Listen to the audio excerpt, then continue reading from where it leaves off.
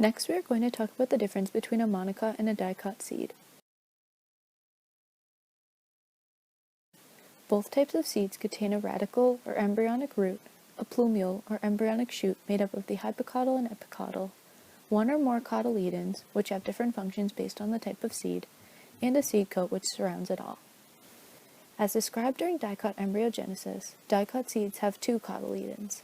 These serve as the seed's food source and are represented in purple. In this model, the green parts represent the epicotyl and the hypocotyl. The cotyledons, epicotyl, and hypocotyl make up the embryo. The pink region of this model represents the seed coat. In comparison, the main difference between a dicot and this monocot seed shown is that a monocot seed has one cotyledon. In this model, the cotyledon, epicotyl, and radical are represented in green. Monocots have a special structure called the endosperm, which serves as the food source for the seed. The endosperm is represented here in purple. Embryogenesis is the development of a single cell to a multicellular organism. In this case, we will specifically be going over the embryogenesis of dicot plants. This process traces the path of growth from a fertilized egg to a mature dicot embryo, which is contained within a seed. To better model the different stages of embryogenesis of a dicot seed, we will represent each stage through various yoga poses to better help with the memory of these stages. The first stage of dicot embryogenesis is the zygotic stage. This stage begins with the fusion of a haploid sperm cell with that of a haploid egg cell, forming a diploid zygote. The pose modeled by Tyler represents this stage. The zygote then begins the process of polarized growth, dividing to form a small apical cell and an elongated basal cell.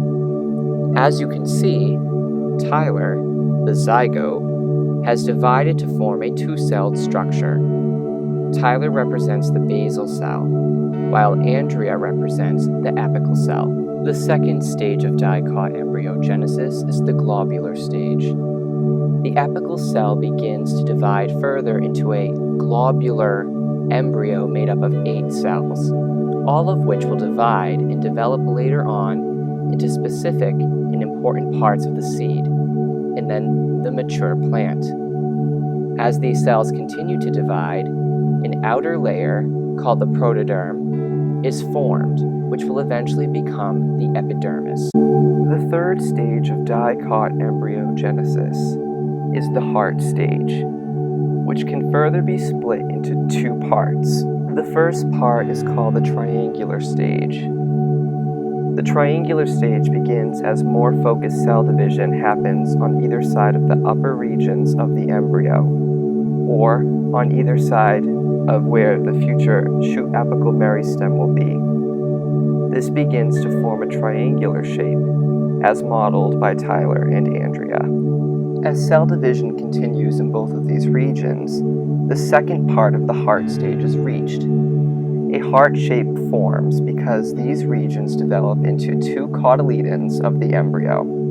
These cotyledons are crucial for the embryo because they will serve as the source of food within the seed during germination. The fourth stage of dicot embryogenesis is the torpedo stage. Here, cell elongation and differentiation continue. The 2 cotyledons become more defined as the adaxial regions, or facing towards the stem, and abaxial regions, or facing away from the stem, of each become more distinct. The fifth and final stage of dicot embryogenesis is the maturation stage. At this point, the embryo is developed fully, and it, along with the rest of the seed, lose water and become metabolically inactive to enter dormancy until exposed to the conditions necessary for germination. This is the final stage of embryogenesis and therefore results in a mature seed.